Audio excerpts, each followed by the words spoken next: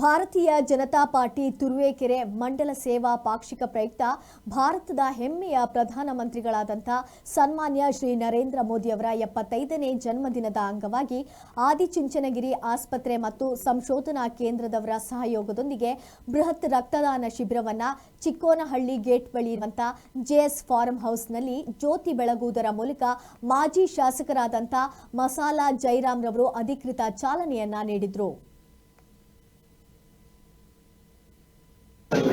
Camera ಸಾಕಾಗ್ತಾ ಇಲ್ಲ.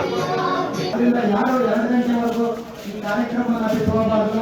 ಊಟ ಮಾಡ್ಕೊಂಡು 2 ಗಂಟೆ ನಂತರ ನೀವು ಹೋಗ್ಬೇಕು. ಅಲ್ಲಿವರೆಗೂ ಯಾರು ನಮ್ಮ ಸಂಘಟನೆಗಳು 50% 100% ಟ್ಯಾಕ್ಸ್ ಇರ್ತಕ್ಕಂಥ ನಮ್ಮಲ್ಲಿ ರಫ್ತಾಗ್ತದ ಬಟ್ಟೆ ಮನೆಗೆಲ್ಲ ಪ್ರತಿಯೊಂದು ನಮ್ಮಲ್ಲಿರ್ತದೆ. ನಮ್ಮ ಸರಬರಾಜು ಆಗ್ತದೆ ವಸ್ತುಗಳು ಸಹಿತ ನಮ್ಮಲ್ಲಿ ಏನು ತಯಾರು ಮಾಡಿದ ವಸ್ತುಗಳು ಸಹಿತ 50% 100% ಸ್ಕಾಪ್ ತರ ಮಾಡ್ಬಿಟ್ಟಿಲ್ಲ ರೇಟ್ ಕೂಡ.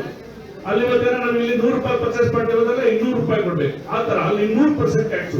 ಅವ್ರು 100% ಟ್ಯಾಕ್ಸ್ ನಾವಿಲ್ಲಿ ಏನು ಮಾಡಕ್ ಆಗಲಿಲ್ಲ. ಅವ್ರಿಗೆ ಕೊಡ್ಬೇಕು, ಟ್ಯಾಕ್ಸ್ ಕಟ್ಬೇಕು. ಆ ತರ ಒಂದು ವ್ಯವಸ್ಥೆ ಮಾಡಿ ನಮ್ಗೆ ಆ ಟ್ಯಾಕ್ಸ್ ಹಾಕ್ಬಿಟ್ಟು ಎದುರಿಸಕ್ಕೆ ನಮ್ಮ ದೇಶದ ಒಂದು ಬ್ಲಾಕ್ ಮೇಲ್ ಮಾಡಿದ್ರು ಟ್ರಂಪ್ ಅವರು.